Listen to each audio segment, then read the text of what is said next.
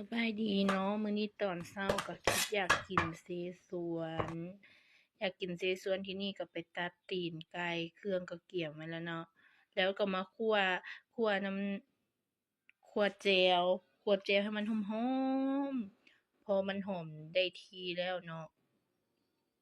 หอมได้ที่แล้วก็เอาตีนไก่หั้นลงไปคั่วนำเอาตีนไก่ลงไปคั่วนำเพื่อจะให้มันหอมเวลามันกินมันจะได้แซ่บ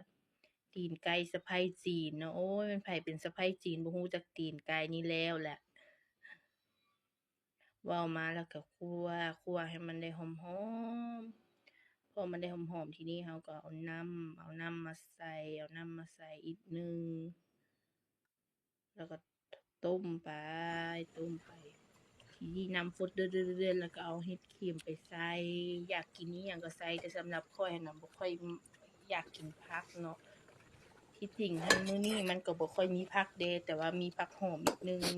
คิดว่าจะเอามาใส่ตอนมันสุกนี่หน้าตาตอนสุกก็เป็นแบบนี้แหละพอมันสุกแล้วก็